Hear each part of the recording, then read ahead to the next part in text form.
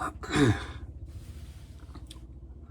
about to shoot this Tikka Veil Wideland 6.5 Creed because when I was looking for those, or that second doe, one of the reasons I don't like right-handed is when I sling the rifle, the bolt digs into my back, and when I was taking it off, it slipped a little bit, hung onto my forearm, and then hit the ground. But it didn't hit hard. But no matter what, to me, and I hope to all of you, you do anything like that, I really think and firmly believe you should check your zero. It was definitely a soft drop, but I had a really bad experience with a 30-06 some years ago with a Leopold scope. It barely slid over like a foot in a corner of somebody's front porch when they slammed their front door.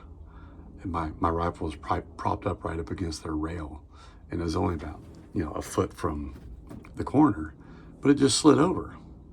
And we had just verified zero hunting in Kentucky. Well, that was in the morning. We were getting ready to go to our stands, and I did get a deer at 100 yards with that 30-06. And when I went up to it, I was looking for my bullet hole, and I couldn't find it. I mean, I aimed right behind the shoulder, 100 yards. I mean, broadside, a chip shot. And she dropped, literally just dropped, no flop. And I finally found I shot her basically right below the ear. That scope had bumped about 18 inches at 100 yards as a Leopold. And that was many years ago. And since then, I've heard of a lot of people saying that, Leopolds, they're not as good as they're cracked up to be. I've had many, many Leopolds. In fact, I sold most all of them, the very X3s. But anyway, back to this. So I barely dropped it. And literally, it fell off my shoulder as I was trying to unsling it and get through those, the thick stuff, and landed on my forearm. And then as I started to go ahead and let it go all the way down, it came off. So I'm going to check zero. I think that's really, really important, and I think you really owe it to any animal you intend to kill to make sure that you hit where you're aiming. So we got set up out there to my average shot, about 225. Zoom in on that. There it is. And obviously you're not going to be seeing the bullet holes hit. I am definitely not an expert YouTuber by any stretch as far as videos go. Ideally, I'd have a second camera set up out there, but for me, this is just, the YouTube thing is really cool. I admit I'm addicted to it. I love all you guys who are doing your hunts, your elk, your guns, your shooting. I just love it. I feel a sense of nerdy camaraderie because we all share the same hobbies, and for some of you it's your livelihood. Anyway, I have to look at where I want to put my money. And for me at this point, I do not want to go out and buy a bunch of nice cameras and set them up and learn how to edit. Maybe I will in the future, but for me, the most important thing is rifles, scopes, ammo, hand loading components. That's priority for me. Anyway, let me crank off a couple and see if we're on. This was sighted in about 1.5 inches, high at 100. I have to review that target again. Anyway.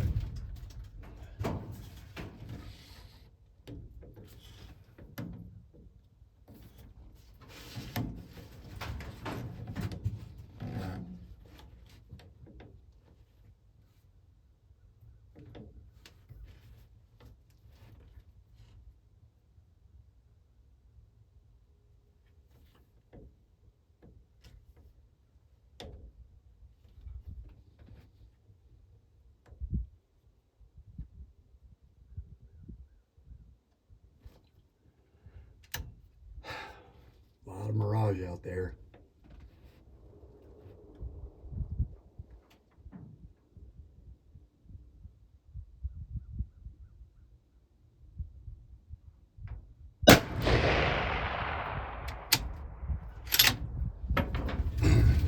Oh, by the way, this is that Sako Powerhead Blade. If anybody has any experience reloading that brass, let me know.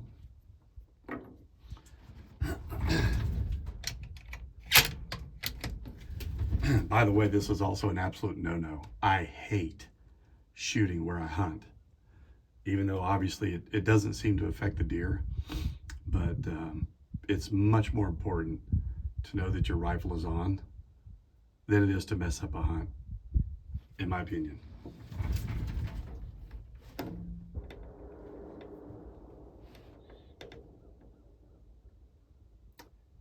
Okay, if I'm looking at it right, I'm 1.5 inches left and 1 inch high.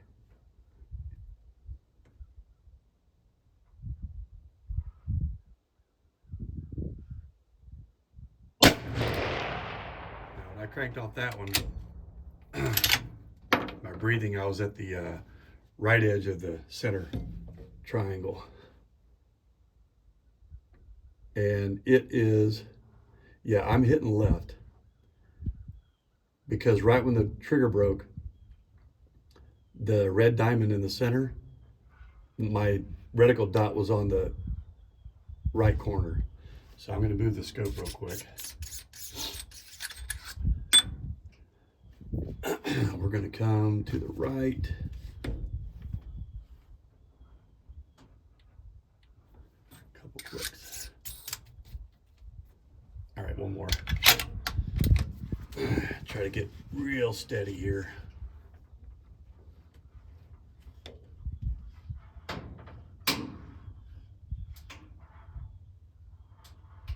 That one felt good right in the center. Let's see what I did. I'm good. I put it right next to the other one. And when the trigger broke, I was dead center in the center red diamond. And I'm just above it. So the question is, do I want to stay there or do I want to go down a little bit? I think I'm gonna leave it there. And maybe I'll go get another couple rounds and shoot at 300.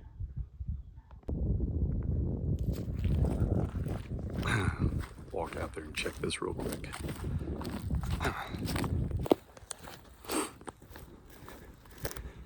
All right, let's flip this up here.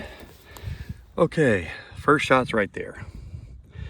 And I felt real good about my center aim. And then the second shot, I don't have a real solid rear bag. I got one of those hunting shooting bags. And I knew when the trigger broke, that center dot of my crosshair was right on that corner. And I hit here.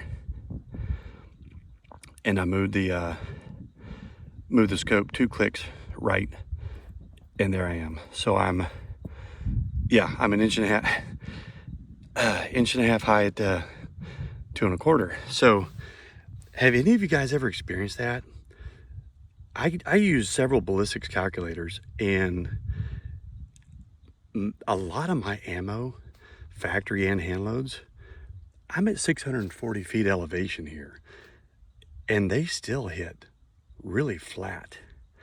You know, if you look at the old-fashioned, well, if you're 1 inch, 1.5 inches, 2 inches high to 100, you should be dead on 200. No, no, not for me. It's still shooting.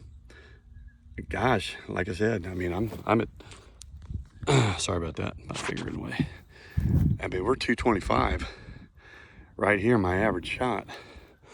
And I'm still 1.5 inches high. So, well, I'm going to close this video out and go ahead and back it up to 300, see what happens.